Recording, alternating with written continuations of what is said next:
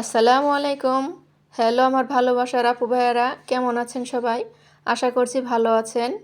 আমিও আপনাদের দোয়ায় এবং আল্লাহর রহমতে অনেক অনেক ভালো আছি, আলহামদুলিল্লাহ। কাছে দূরে দেশ এবং দেশের বাইরে যে যেখান থেকে আমার আজকের এই ব্লগটি দেখছেন, সবাইকে অনেক অনেক অভিনন্দন ও ভালোবাসা জানিয়ে আমি আমার আজকের ব্লগটি শুরু করছি। তো আমি আমার আজকের ব্লগটি শুরু করেছিলাম সকাল 9টায় থেকে। কারণ হচ্ছে রমজান মাসে সেহরি খাবার পর তারপর নামাজ পড়ে ফজরের নামাজ পড়ে তারপর ঘুমিয়ে পড়লে একটু উঠতে দেরি হয়ে যায়। তো উঠতে উঠতে আমার একটু সকাল 9টা বেজে গেছে। তো আজকে আমি হচ্ছে পর্দাগুলো, জানালা দরজার যত পর্দা আছে সবগুলোকে ওয়াশ করে নেব, এবং এই কাজে আমাকে সাহায্য করছে আমার ছোট মেয়ে। ও হচ্ছে সব জানালা দরজার পর্দাগুলো আমাকে একটু একটু করে খুলে দিচ্ছে। ও যখন বাসায় থাকে, ওর যখন স্কুল বন্ধ থাকে, ও আমাকে বাসার বিভিন্ন কাজে নানা ধরনের সাহায্য করে থাকে। তো আমি এই পর্দাগুলোকে খুলে আমি ভিজিয়ে রেখে তারপর আমি এগুলিকে ওয়াশ করে ছাদে রোদে শুকাতে দিয়ে এসে তারপর গোসল করে নামাজ পড়ে বিকেলে রান্নায় চলে গিয়েছিলাম। যেহেতু রমজান মাস, দুপুরে এখন রান্নার আয়োজন নেই, তো আমি জোহরের নামাজ শেষ করে একটু রেস্ট করে তারপর আমি এখানে বিকেলের যে রান্না, সেটি আমি বিকেলে রান্নার জন্য আমি কিচেনে চলে গিয়েছিলাম। দেখতে দেখতে রমজান মাস বিদায় নেওয়ার সময় হয়ে গেছে। সামনে ঈদ উল ফিতর। তো আমাদের ঈদের আগে তো নানা ধরনের কাজ জমে থাকে। তো সেই কাজগুলো করতে করতে দেখা যায় আমাদের অনেক সময় চলে যায়। আর সব কাজের মধ্যে আমার কাছে সবচাইতে ঝামেলা বড় কাজ মনে হয় যে জানালা দরজার পর্দাগুলো এগুলি ক্লিন করা। তো আমার কাছে খুবই ঝামেলার মনে হয়, যেটা আর বলার মতো না। তো আমার মাঝে মাঝে মনে হয় জানালা দরজার পর্দা লাগাবোই না, এভাবেই থাকে। এগুলো ওয়াশ করা, লাগানো, খোলা, এই আয়রন করা, এগুলো অনেক কষ্টের কাজ। তো কি আর করব, কিছুই করার নেই। এখানে মন না চাইলেও লাগাতে হয়, যেহেতু বাইরে থেকে মানুষ দেখা যায় এবং একটা বাসায় পর্দা না থাকলে বাসার সৌন্দর্য ফুটে ওঠে না। সেই জন্য বাসার পর্দাগুলোকে ব্যবহার করতে হয়।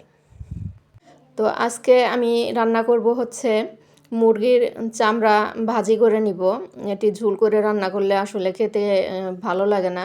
মুরগির চামড়া এমনিতেই খুব বেশি একটা খেতে ইচ্ছা করে না, তারপরে একটু ঝোল করে রান্না করলে একদমই ভালো লাগে না।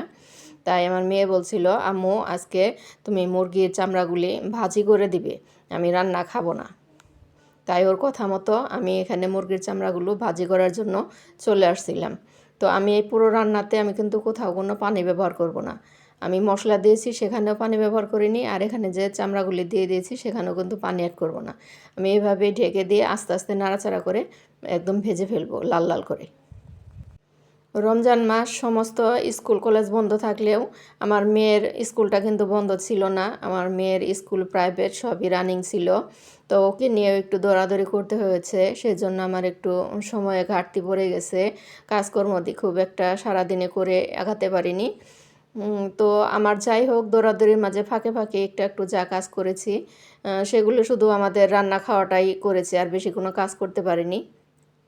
তো কথা বলতে বলতে এই তো আমার চামড়া ভাজিটা প্রায় হয়ে এসেছে। তো যখন হয়ে এসেছে তখন আমি দিয়ে দিয়েছিলাম মাংসের মশলা এবং গরম মশলার গুঁড়া, এগুলি সব উপর দিয়ে ছিটিয়ে দিয়ে তারপর আমি একটু নাড়াচাড়া করে আরেকটু ব্রাউন কালার হবে, আরেকটু ব্রাউন কালার করে নাড়াচাড়া করে তারপর আমি এটিকে নামিয়ে নেব।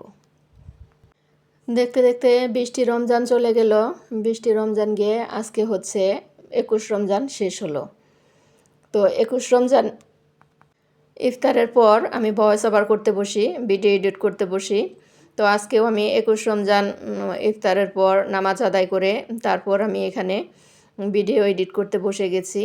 তো যাই হোক, 20টি রোজা আমার কিন্তু বেশ ভালোই কেটেছে, খুবই আরামে আনন্দে স্বাচ্ছন্দ্যে কেটেছে। আর যখনই আমার মনে হয় যে রমজান মাসটা শেষ হয়ে যাবে, কেমন যেন একটা কষ্ট লাগে ভিতরে, কেমন একটা কষ্ট কাজ করে। মনে হয় আবার 1 বছর পর আসবে, আবার আমি বেঁচে থাকবো না নাই থাকবো, আমার ভাগ্যে আবার আরেকটা রমজান জুটবে কি না জুটবে, এই কথা ভেবে মনটা খুব খারাপ হয়, খুব কষ্টই লাগে।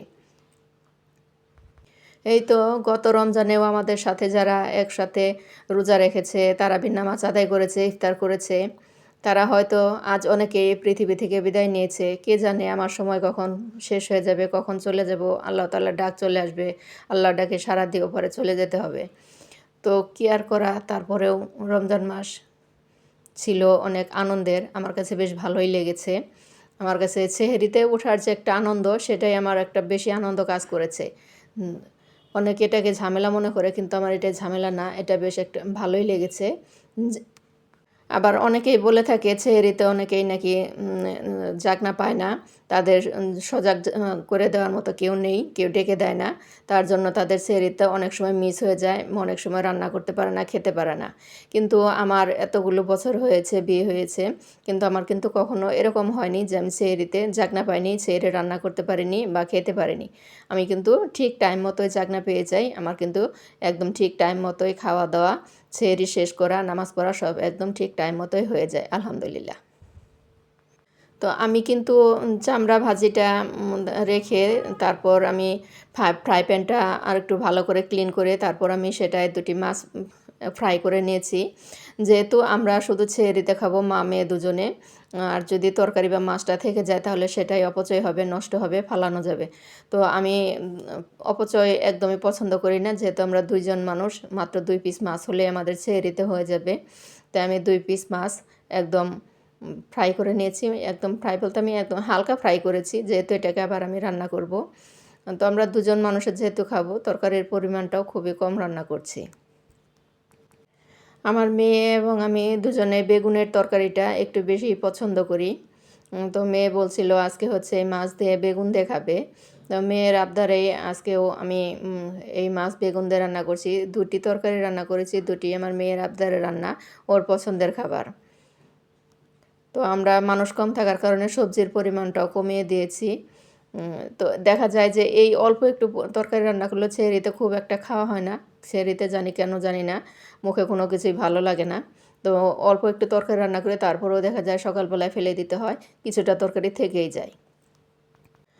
তো এই তো আমি তরকারিগুলোকে আমি দিয়ে একদম কষিয়ে নিচ্ছি। আমি সব মশলাই দিয়েছি, দিয়ে পানি দিয়ে একটু কষিয়ে নিয়ে তারপর আমি তরকারিগুলোকে বেশ ভালোভাবে কষিয়ে নিয়ে একটু ঝোল দিয়ে দিলাম। এরপর আমি মাছগুলোকে দিয়ে দিব। মাছগুলোকে দিয়ে ঢাকনা দিয়ে ঢেকে তারপর আমি একদম রান্না করে ফেলবো।